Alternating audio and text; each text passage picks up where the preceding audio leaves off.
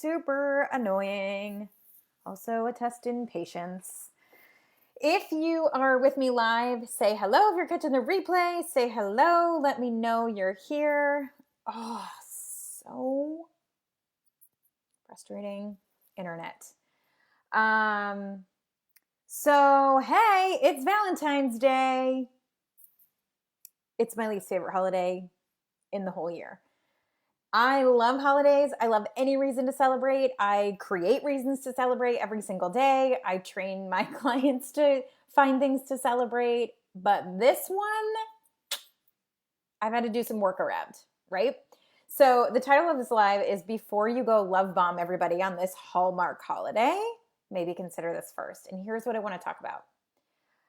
This has been a time in the calendar where we typically get forced into talking about our feelings and how much we love people and how grateful we are for them and how special they are. And yes, there's a whole lot of talk around you shouldn't need one day just to show people you love them, and it should be all the time and all of those things. Also, life, right? If that's not a habit, if that's not a priority for you, there's a good chance this one holiday is a time for you to do that. Donnie! Hey, friend. So here's what I want you to consider. You can't give what you don't have. I know you're saying, like, well, what does that even mean? You can't give what you don't have means if I'm trying to help other people see how much I love them, or I'm trying to shower them with love and affection, or I'm trying to share with them what they mean to me, there's actually a threshold that we don't get to cross, which is how much we love ourselves.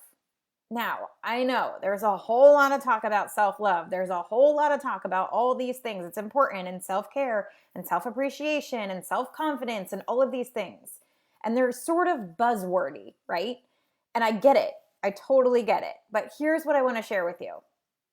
If we don't actually shore up that relationship first, as a leader, as somebody who is leading others, if we don't do the work to really love and accept ourselves, we can't possibly love and accept other people to the fullest extent that we might be tricking ourselves into.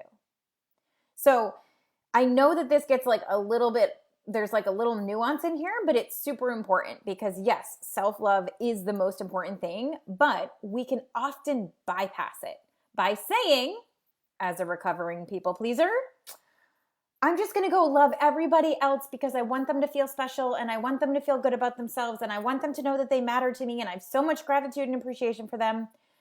But what's really happening under the surface there is we're deflecting, and we're also saying, don't come to me, don't shower me because I actually don't know if I can receive that.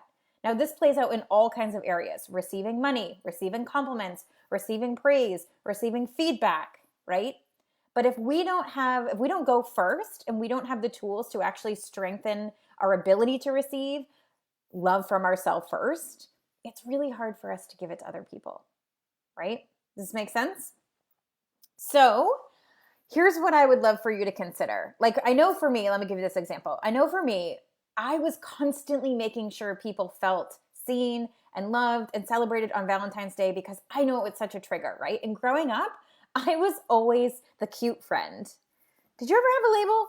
If you ever had a label, give me a 1, because I had a label. I was always the social butterfly, the one that connected everybody, the one that was like friends with the geeks and the nerds and the sports people and the artists, and I was the one that connected everybody, right? Great, awesome. I was also very little, and I was always the cute friend. So Valentine's Day was like sort of a trigger for me because I was like, cool, everybody's with their people, and which really in hindsight for me was an invitation to look at myself, right? And how much love I was giving myself. But I was always the cute friend. So I created this behavioral adaptation to that, which was I'm going to pour into everyone else, right? If you can relate with this, leave me an emoji, leave me a heart emoji, because it's coming from such a good place, right? We want people to feel loved. We want people to be seen. We want people to be supported. And I totally get it. But now when I look at that, I can see that was really just me feeding my ego. And I know that it seems silly and it's Valentine's Day and whatever, but it's true, right? In college, I bought all my friends roses and I gave them a little note and it said what I appreciated about them and what I loved about them because I didn't want them to feel what I had felt.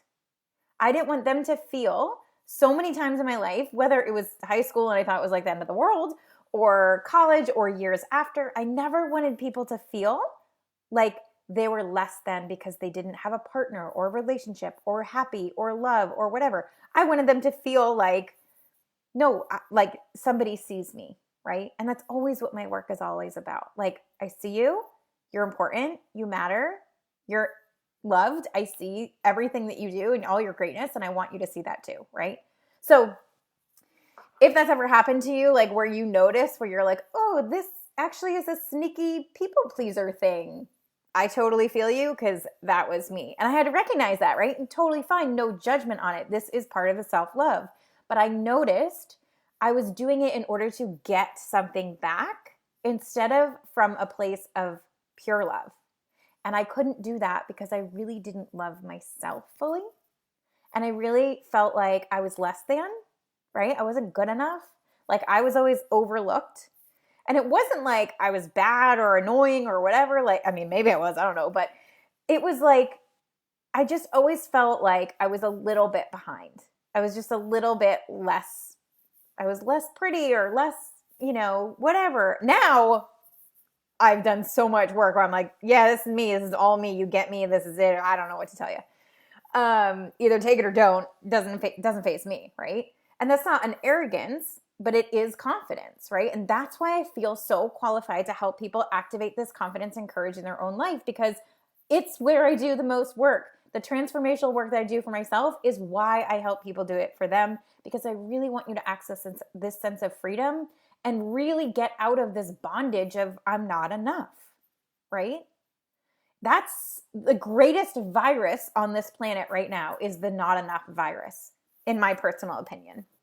And it's such a perfect conversation for Valentine's Day, right? So here's what I would love for you to do.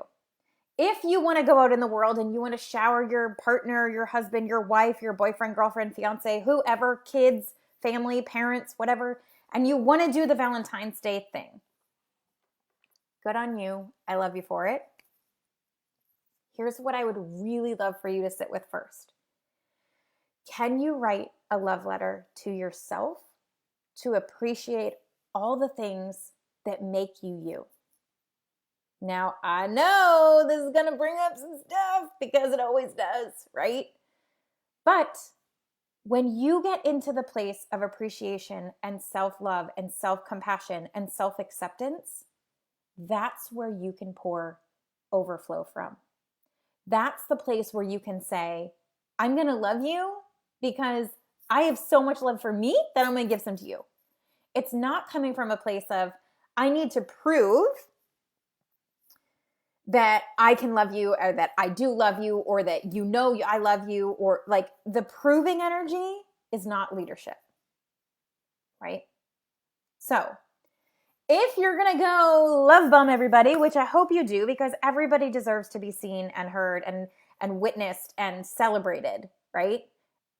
And if that's what's happening, beautiful.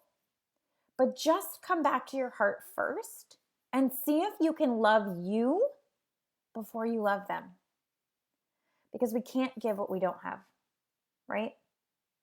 And I really want you to just marinate in this a little bit because this was a game changer for me. When I really started to look at like, how much do I love myself? Ooh, it was super uncomfortable first, right? I'm like, yeah, I love myself. Yeah, okay, cool. But then when I really started to look at it, I was like, oh man, I don't really know what's happening here. I gotta do some work around this, right? And once I started to celebrate the things that I was doing about celebrate the things that I noticed about myself or that I was doing or that I was achieving or that I was shifting or transforming, I was able to see how much of an overflow I had. So before you go love bomb everybody else, love bomb you. See what comes up for you. How are you celebrating you? We can't give what we don't have. And I know that you want to tell the people that you love in your life, no matter how you know them, what your experience is yet, if it's a, partner or if it's a friend or if it's a mentor or whoever, and you really want to celebrate them, that's amazing and do it totally. But see if it's coming from the overflow first. So before you go do all that for everybody else, take some time and do it for you. And share with us. How did it feel? What came up for you? I know for me, this is where I really started to change things for myself, is when I started to appreciate me, and then I was able to share that with other people. So that's what's on my heart, friends. Happy Valentine's Day. I'm so, so grateful and appreciative for every single one of you in here. It means the world to me that you share your time and your energy with me and all of our community. And I'm so excited to see what's coming.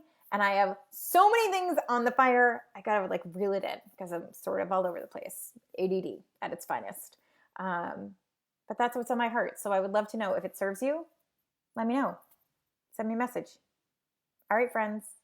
I love you. Go watch the replay if you're jumping on soon. Or if you're here later, it's here for you. And let me know what comes up. Talk to you soon. Bye.